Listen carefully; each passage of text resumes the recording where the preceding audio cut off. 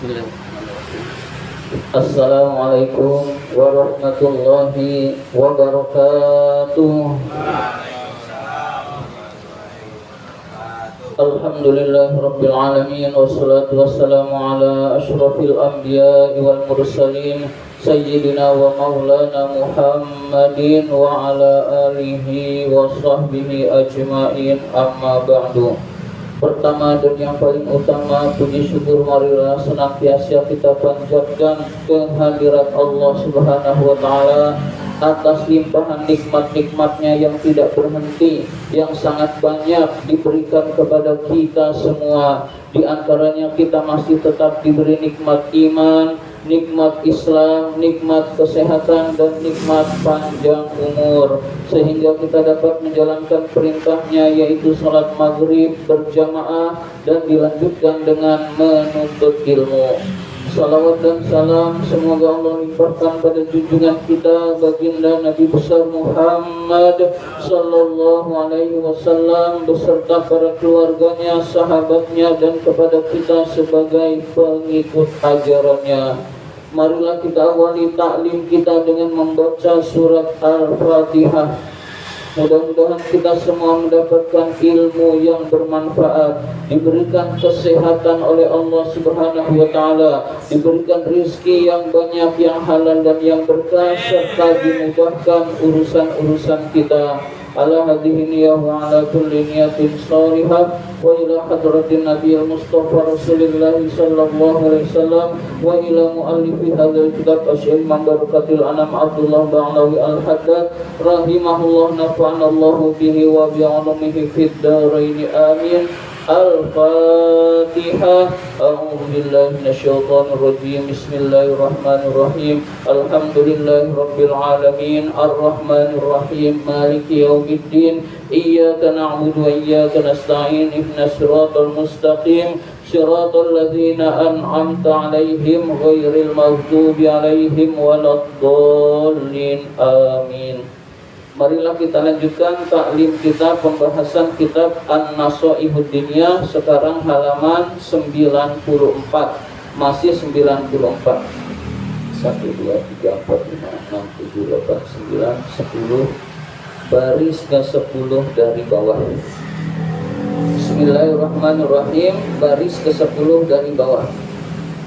Masih tentang pembahasan menjaga panca indera dari yang diharamkan oleh Allah. Jadi anggota tubuh ini kita jaga dari yang diharamkan oleh Allah, maka kita akan sukses. Mengapa sukses? Karena yang tahu bahaya itu Allah, yang tahu manfaat itu Allah, yang bahaya Allah larang, yang bermanfaat Allah perintahkan. Maka kalau kita yang Allah perintahkan laksanakan, yang Allah larang tinggalkan, maka insya Allah kita akan bahagia.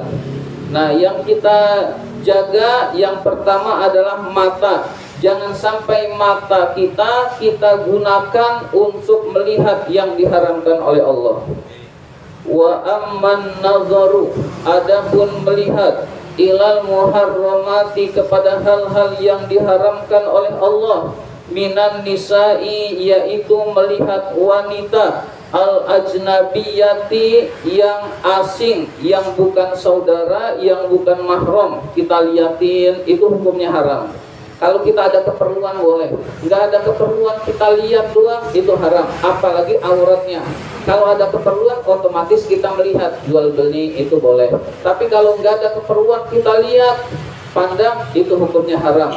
Apalagi auratnya, apalagi terbukanya, tertutupnya saja nggak boleh, kecuali ada keperluan seperti jual beli, seperti menuntut ilmu, seperti transaksi muamalat lainnya. Tidak ada keperluan lalu memandang, itu haram. Pandang wanita asing, kalau saudara boleh, kalau ibu boleh, kalau yang istri boleh. Istri itu apa sajanya boleh, halal. Apa sajanya boleh dipandang dan halal. Wasuwarul mustahiyat, dan gambar-gambar yang membangkitkan hawa nafsu. allati la tahillu, yang tidak halal, fadzalika, yang demikian itu, muharramun syadidut tahrim, diharamkan oleh Allah dengan keharaman yang sangat. Jadi keharamannya itu sangat. Jadi kita memandang wanita yang bukan mahram, bukan saudara, bukan istri, haram. Apalagi yang terbuka, apalagi yang setengah terbuka. Karena yang tidak terbuka saja, mukanya saja, tangannya atau sebagian kaki, itu haram kalau tanpa keperluan. Kalau ada keperluan boleh.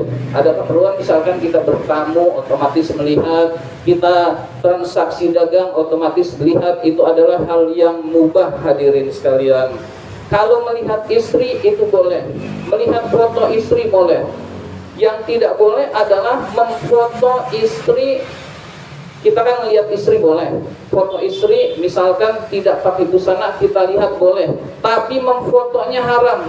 Kenapa? Karena bisa dilihat orang lain. Jadi memfoto itu haram. Memvideokan yang tidak baik buat kitanya nanti dilihat boleh, tapi memvideokannya haram. Kenapa? Bisa dilihat orang lain suatu saat kalau kita lengah. Jadi kita tidak boleh memfoto istri dalam posisi yang tidak baik, hukumnya haram. Meskipun tujuannya kita saja yang lihat, tapi memfotonya itu tetap tidak boleh, hadirin sekalian. Jadi kita melihat gambar-gambar yang diharamkan oleh Allah itu juga kita jauhi, hadirin sekalian. HP kita gunakan hal-hal yang baik. Jangan HP kita untuk menyimpan yang diharamkan oleh Allah, foto maupun video, hadirin sekalian. Maka itu menyebabkan kita rugi di dunia dan akhirat. Kan udah ada salurannya, yaitu istri kita, hadirin sekalian. Jadi yang diharamkan pasti bahaya. Qala Allah Ta'ala, Allah Subhanahu wa Ta'ala berfirman, Qul lil mu'minina, katakanlah kepada orang-orang yang beriman, Yahuddu, tundukkanlah min absarihim, pandangan-pandangan mereka, wa yahfazu, dan jagalah furujahum, kemaluan-kemaluan mereka. Jadi dilarangnya kita memandang agar kemaluan kita terjaga, karena awalnya dari melihat. Dengan kita melihat lalu punya keinginan makin terus menerus, lalu kejadianlah yang lebih diharamkan lagi, yaitu berbuat zina. Dan zina itu fahisyatau wa sa'a sabila. Zina itu perbuatan yang sangat buruk yang harus dijauhi oleh kita semua, karena sangat dibenci oleh Allah Subhanahu wa Ta'ala. Jadi kita diperintahkan menundukkan pandangan, hadirin sekalian. Lalu kita menjaga kemaluan kita, insya Allah kita sukses dunia akhirat. Wa rawa anin Nabi sallallahu alaihi wasallam, diriwayatkan dari Nabi sallallahu alaihi wasallam, annahu, bahwa Nabi qala, bersabda. Nabi bersabda, an-nazratu, pandangan itu, sahmun, anak panah, masmumun, yang beracun, min sihami iblis, dari anak panahnya iblis. Jadi kata Nabi, pandangan itu adalah anak panah yang beracun yang dikirimkan oleh iblis. Jadi pandangan melihat hal-hal yang diharamkan oleh Allah itu anak panah yang beracun, yang menyebabkan pikiran kita rusak, yang menyebabkan akhlak kita rusak, yang menyebabkan perilaku kita rusak, hadirin sekalian. Man tarokaha, barang siapa yang meninggalkan memandang yang haram, makhofatan, karena takut, minallahi, kepada Allah, a'tahullah, maka Allah akan memberikan orang tersebut ibadatan, ibadah, yajidu halawataha, yang dia bisa rasakan nikmatnya atau manisnya, fi qalbihi, di dalam hatinya.